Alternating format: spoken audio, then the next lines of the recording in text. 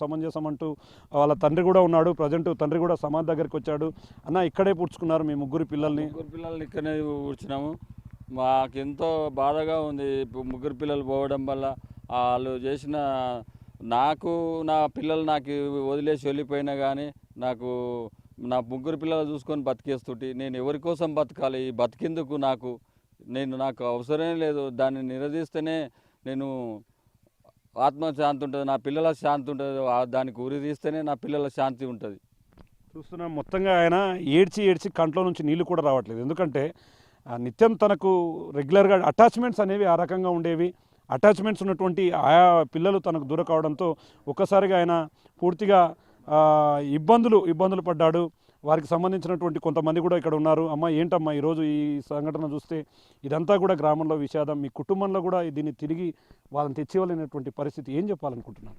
ఏం చెప్పలేం సార్, మేము పడుతున్న ఆవేదన మా కంట్లో నుంచి కన్నీటి చుక్క కూడా రావట్లేదు.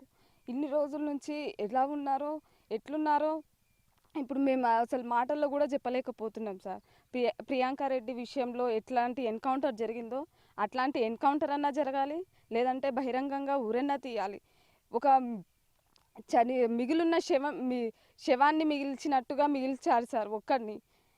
అక్కడ భార్య లేదు, ఇటు పిల్లలు లేరు, సచ్చిన శవంలా తిరుగుతున్నాడు సార్. అది ప్రతి ఒక్క రోజు తను ఎంత నరకం చూస్తున్నాడో తన పక్క నుండి చూస్తున్న మాకు తెలుస్తుంది. ఇట్లాంటి అటాచ్మెంట్ ఉంది పిల్లల దగ్గర. తను డ్యూటీకి వెళ్ళొచ్చిన తర్వాత ఇట్లాంటి విషాదాన్ని తను అసలు చూస్తాడని కూడా కల్లో కూడా అనుకోలేదు సార్. అతను పిల్లలు ఎట్లా ఉండేవాళ్ళమ్మా? మీతో ఎట్లా ఉండేవాళ్ళు? సరే, తల్లిదండ్రులతో మీతో ఎట్లా ఉండేవాళ్ళు? పిల్లలు మాతో కూడా చాలా మంచిగా ఉండేవాళ్ళు సార్. చాలా రోజుల నుంచి నాకైతే తెలీదు ఇక ఎట్లా ఉన్నారో కానీ ఆ కుటుంబంతో మాత్రం చాలా అటాచ్మెంట్గా ఉండేవాళ్ళు. చూస్తున్నాం ఇక్కడ చాలామంది వాళ్ళ తల్లిదండ్రులు కూడా ఉన్నారంటే అమ్మ ఏం చెప్పాలనుకుంటున్నారమ్మా?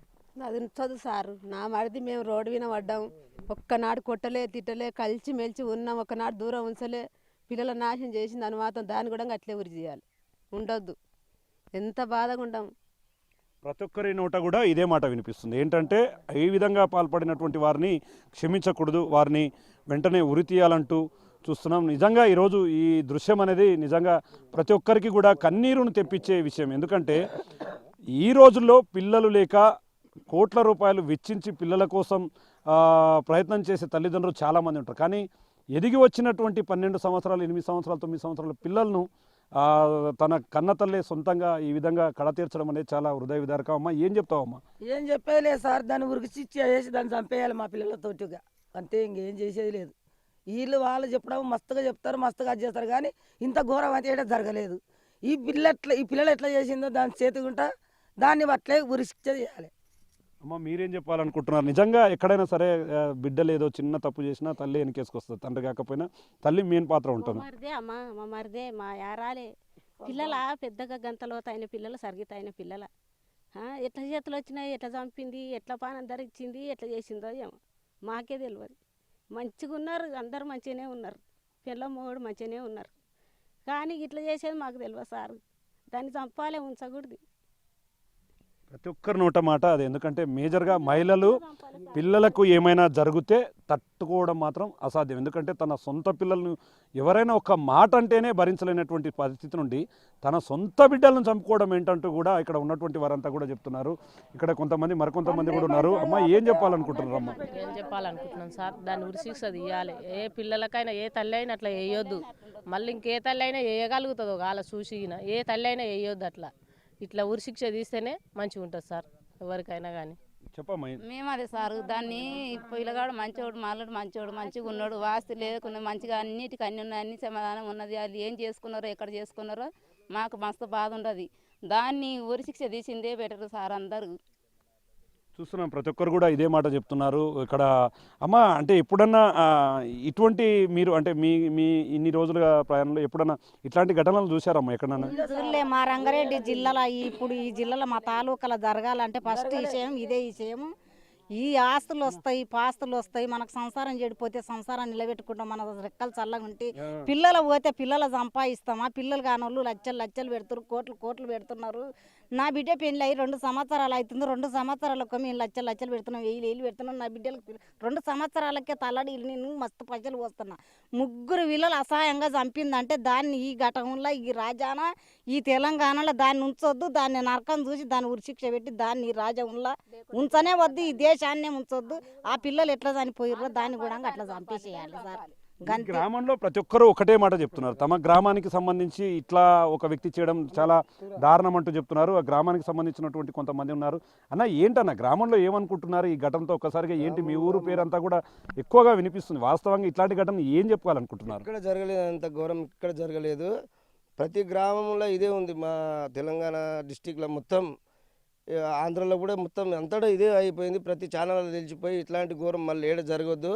మరి ఇంత ఘోరంగా జరిగినందుకు చాలా కఠినంగా ఉరి తీయాలి. బహిరంగ ఉరి తీసి పబ్లిక్ మళ్ళీ ఇట్లాంటి తప్పు చేసే వాళ్ళకు ఇది ఒకటి ఉరి శిక్ష తీస్తే మళ్ళీ ఇంకొకరికి తర్వాత వేరే వాళ్ళకి చూసేటోళ్ళకి కానీ వినేటోళ్ళకి కానీ ప్రతి ఒక్కటి తెలిసి ఉంటుంది అన్నట్టు నేను అనుకుంటున్నాను. అట్లా భయం అనేది ఉండాలి. రేవంత్ రెడ్డి ఇంతకుముందు కేసీఆర్ దీక్షణ ఎవరు ఇక్కడ చార్మినార్లో ఎన్కౌంటర్ చేసిన సజ్జనార్ సార్, అప్పుడు ఆడ అది ఎన్కౌంటర్ బయటికి తీసుకుపోయి ఎన్కౌంటర్ ఎట్లా చేసారో ఈమెను కూడా అదే విధంగా చేయాలి. నేనైతే మనస్ఫూర్తిగా అదే కోరుకుంటున్నాను. మళ్ళీ ఇట్లాంటివి చేయడానికి ప్రతి ఒక్క ఎవరైనా సరే, ప్రతి ఒక్కరు లేడీస్ ఎవరైనా సరే పెళ్లి చేసుకొని పిల్లలు కన్నోళ్ళు ప్రతి ఒక్కరు ఇంత ఘోరానికి పాల్పడినందుకు ఇలాంటి శిక్ష పడాలి సార్. ఆడు కూడా బయటపడాలి. ఇంకోటి ఏంటి సార్, అది పిల్లలు లేక లక్షలు పెట్టి జీవితం అని కష్టపడి మరి కష్టపడి పిల్లలను లక్షలు పెట్టి తెచ్చుకుంటారు. 8, 10, 12 ఏళ్ళ పిల్లలు అంటే ఇంత పిల్లలు సార్ మనకు ఇంతలో ఉంటారు. ఎంత ఘోరంగా ఎంత నరకంగా అనుభవించి ఎంత ఘోరంగా చంపి ఉంటుందో ఒకసారి ఆలోచించు. చిన్న పిల్లలు అయితేనేమో ఎట్లనే చేయొచ్చు, ఇంతలో పిల్లలను చంపిందంటే వాళ్ళను మరీ ఘోరంగా హింసించి కఠినంగా చంపింది, మరీ కఠినంగా చంపింది సార్. అట్లాంటి ఆడది ఈ భూమి మీద ఉండదు. అసలు ఈ భూమి మీద బతికే అవకాశమే లేదు. ఆ ఛాయిసే ఇవ్వద్దు మన తెలంగాణ ప్రభుత్వం. అసంటోళ్ళకైతే ఆ ఛాయిసే ఇవ్వద్దు. కంపల్సరీ ఘోరంగా బహిరంగ చంపాలి. బహిరంగంగా అయినా సరే చంపేసేయాలి. నా పేరు రాజు, మాది మెదక్పల్లి తలకొండపల్లి మండలము. మా వదినే మా పిల్లలు ఆస్తి గురించి చంపేసింది. ఆమె ఫ్రీ ఉంచుకొని ఆస్తి గురించి మా ఆస్తి మొత్తం ఫ్రీకి తోలుకపోయి ఆస్తి డాక్యుమెంట్లు అన్నీ ఫ్రీకి ఇచ్చి తోలుకొచ్చి మా అన్నను మా వదినను చంపాడనుకొని ప్లానింగ్ మీద చంపేసిర్రు.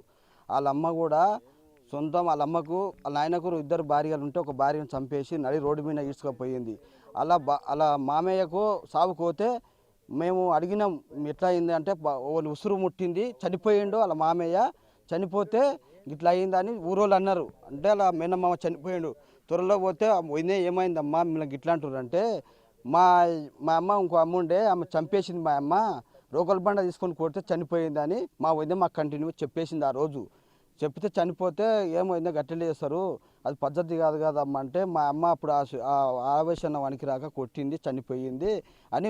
ఈ విషయంలో కూడా మా పిల్లలు కూడా ప్లానింగ్ ప్రకారంగా మా అన్నను మా పిల్లలందరూ చంపేసి ఈ ఆస్తి గురించనే వీళ్ళు ప్లానింగ్ చేసి ఎంజాయ్ చేసుకుంటా వాళ్ళు వెళ్ళిపోదామని ఆలోచించారు. ఈ మిస్టేక్లా మా అన్న కొంచెం ఆర్డర్ వచ్చే వల్ల వెళ్ళిపోయి మా అన్న పానాలతో బతికేసాడు. బతికి ఇప్పుడు మా వదిన ఏం లేదు చంపేసాడు ఇద్దరిని. ఆ ఫ్రీని చంపేయాడే, మా వదిన చంపేశాడు. ఇద్దరిని చంపేస్తే పిల్లలను బాధ నరకం ఎంత ఆవేశంగా చేసిరు. తండాడి ఇప్పుడు ఈ పొద్దుగాల న్యూస్లో మొత్తము ఉరి తువ్వాల తీసుకొని పిసికి చంపేసిందంట పిల్లలు చనిపోకుంటే. అట్టోటి ఆడి పిల్ల జీవితంలో తెలంగాణలో ఉండొద్దు. అట్టోటి ఆడిది 10 మంది భయంకరంగా చంపేసేయాలి. ఇట్లోటి ఉండొద్దు. ఇట్టోటి ఆడపిల్ల ఒక మగపిల్ల కానీ ఒక ఆడపిల్ల అలాంటి పని చేస్తా అంటే భయం అన్నది ఉండాలి. ఈ జీవితం సమాజం ఎట్లా అవుతుంది? కేసీఆర్ ప్రభుత్వంలా మన ఇక చార్మినార్ రోడ్లో ప్రియాంకన ఆమె చంపినప్పుడు ఎట్లా చేసి రేపు చేసి చంపితే ఎట్లా ఎన్కౌంటర్ చేసిరో ఈమెను కూడా ఇద్దరిని ఎన్కౌంటర్ చేసి చంపేయాలని మా మనసు పూర్తి చెప్తున్నాము. ఆమెను ఉండొద్దు, ప్రియ ఉండొద్దు, ఆమె ఉండొద్దు, ఇద్దరు కథం చంపేయడం ఉరిశిక్ష చేసేసి అయిపోయాయి. ఇంత దారుణమైన ఘటన దేశంలో ఇప్పుడు ఇంతకుముందు ఎక్కడా కూడా చోటు చేసుకోలేదు. అది తమ గ్రామంలో చోటు చేసుకోవడం ఇదెంతో మహిళలకంతా కూడా గౌరవాన్ని దిగజార్చే విధంగా ఉంది. కన్న తల్లుల మీద నమ్మకం కోల్పోయే పరిస్థితులు దాపరిస్తున్నాయి. అట్లాంటి వ్యక్తి సమాజంలో బతకకూడదు అంటూ కూడా మహిళలంతా ఏకతాటి మీద చెప్తున్నారు. ఏదేమైనప్పటికీ తనకు ఇష్టం ఉంటే తన ప్రియుడితో కలిసి వెళ్ళిపోవాలి, కానీ తన పిల్లలను దూరం చేసేది కాకూడదు. తన ఆస్తి కోసం ఇదంతా చేసింది. ఇంత జరిగి ఈరోజు వారిని అరెస్టు చేసినా కూడా వాళ్ళ కుటుంబ సభ్యులంతా కూడా ఈ ఆస్తిపాస్తులంతా కూడా తమ బిడ్డవేనని చెప్తూ రెగ్యులర్గా తమతో టచ్లోకి రావడం ఎంతవరకు సమంజసం అంటూ కూడా ఇక్కడ ఉన్నటువంటి వారంతా కూడా గగ్గోలు పెడుతున్నటువంటి పరిస్థితి. ఖచ్చితంగా దీని మీద యాక్షన్ ఉండాలి. వారిని కఠినమైన చర్యలు తీసుకోవాలి. ఎవరైతే ప్రియుడు ఈమె ఉన్నారో వీరిద్దరిపైన కూడా పూర్తి స్థాయిలో శిక్షలు వేస్తూ పూర్తిగా వారిను శిక్షలు వేస్తే తప్ప అది ఊరుకునేది లేదంటూ కూడా ఇక్కడ ఉన్నటువంటి వారి కుటుంబ సభ్యులు చెప్తున్నటువంటి పరిస్థితి కనిపిస్తుంది. ఓవరాల్గా మెదక్పల్లి గ్రామంలో అయితే విషాద ఛాయలతో పాటు వారి కుటుంబ సభ్యులంతా కూడా ఆవేదన పడుతున్నటువంటి పరిస్థితులంతా కూడా గ్రామంలో చోటు చేసుకున్నటువంటి పరిస్థితి ఇక్కడ కనిపిస్తుంది. ఇది ఓవరాల్గా మెదక్పల్లి గ్రామంలో ఉన్నటువంటి పరిస్థితి. Camera person